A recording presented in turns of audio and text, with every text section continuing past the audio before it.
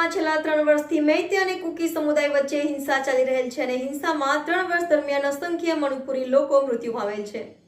એની સાથે સાથે આ હિંસા દરમિયાન અસંખ્ય મણિપુરની સ્ત્રીઓ સાથે બળાત્કાર પણ કરવામાં આવેલ છે। તે છતાં દેશના વડાપ્રધાન કે ગૃહમંત્રી દ્વારા આ રાજ્યમાં ચાલતી હિંસાને શાંત કરવાનો પ્રયાસ કરવામાં આવેલ નથી।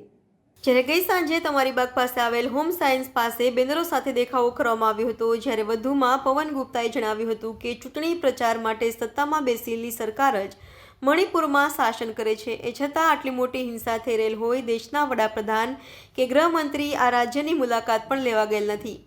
ત્યારે એક રાષ્ટ્રને શ્રેષ્ઠ રાષ્ટ્રનો નારો આપનાર વડાપ્રધાન દેશના એક રાજ્ય પર ધ્યાન ન આપી શકતા હોય અને હિંસા દૂર ન કરી શકતા હોય તો એવા વડાપ્રધાન અને ગૃહમંત્રીને પોતાના પદ પરથી સ્વૈચ્છિક રીતે રાજીનામું આપી દેવું જોઈએ એવી માંગ સાથે વડોદરા શહેર યુથ કોંગ્રેસના કાર્યકારી પ્રમુખ પવન ગુપ્તાની આગેવાનીમાં યુથ કોંગ્રેસ દ્વારા પ્રધાનમંત્રી અને ગૃહમંત્રીના રાજીનામાની માંગ સાથે મણિપુર હિંસામાં મૃત્યુ પામેલ લોકોને શ્રદ્ધાંજલિ આપવાનો કાર્યક્રમ રાખેલો હતો, જેમાં મણિપુરથી અભ્યાસ કરવા આવેલ વિદ્યાર્થીઓ અને મોટી સંખ્યામાં યુથ કોંગ્રેસના સભ્યો જોડાયા હતા। Reporter Rahul Rajput, van news, Vadodara.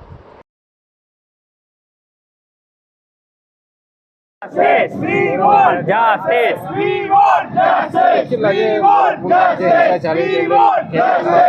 We want justice! જે રીતે મણિપુરમાં છેલ્લા 1.5-2 વર્ષથી જે હિંસા ચાલી રહી છે તેના માટે અમે આજે આપણા હોસ્ટેલની બહાર એક શ્રદ્ધાંજલિનો કાર્યક્રમ રાખ્યો છે, કારણ કે મણિપુરમાં છેલ્લા ઘણા સમયથી ઘણા બધા લોકોનું મૃત્યુ થયું છે।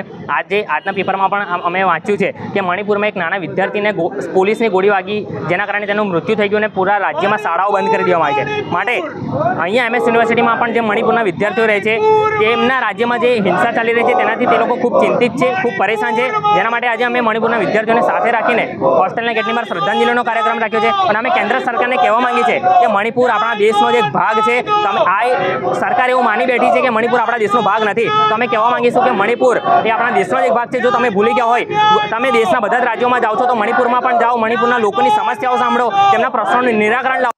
કરીને જે આટલા વર્ષોથી હિંસા ચાલી રહી છે, લોકો મરી રહ્યા છે, સ્ત્રીઓનું ખુલ્લેઆમ એ લોકો બળાત્કાર કરી રહ્યા છે, તેનો અંત આવે અને ફરી એક વખત દેશમાં શાંતિનો માહોલ જળવાય।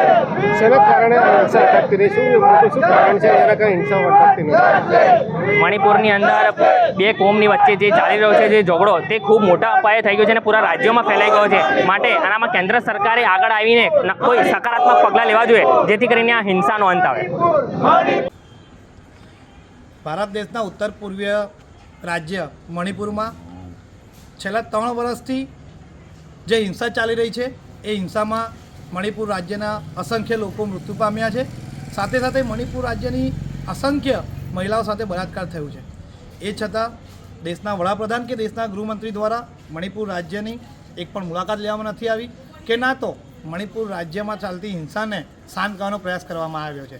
ત્યારે વડોદરા શહેર યુથ કોંગ્રેસ દ્વારા આજે દેશના વડાપ્રધાન અને દેશના ગૃહમંત્રી રાજીનામું આપે એ માંગ સાથે વડોદરા શહેરના વિશ્વવિખ્યાત યુનિવર્સિટી એવી મહારાજા સયાજીરાવ યુનિવર્સિટીના અંદર અભ્યાસ કરતા મણિપુરના વિદ્યાર્થીઓને સાથે રાખી અને આ હિંસામાં મૃત્યુ પામેલા મણિપુરના લોકોને શ્રદ્ધાંજલિ આપવાનો કાર્યક્રમ રાખવામાં આવ્યો હતો। Subscribe now and press the bell icon. Never miss an update.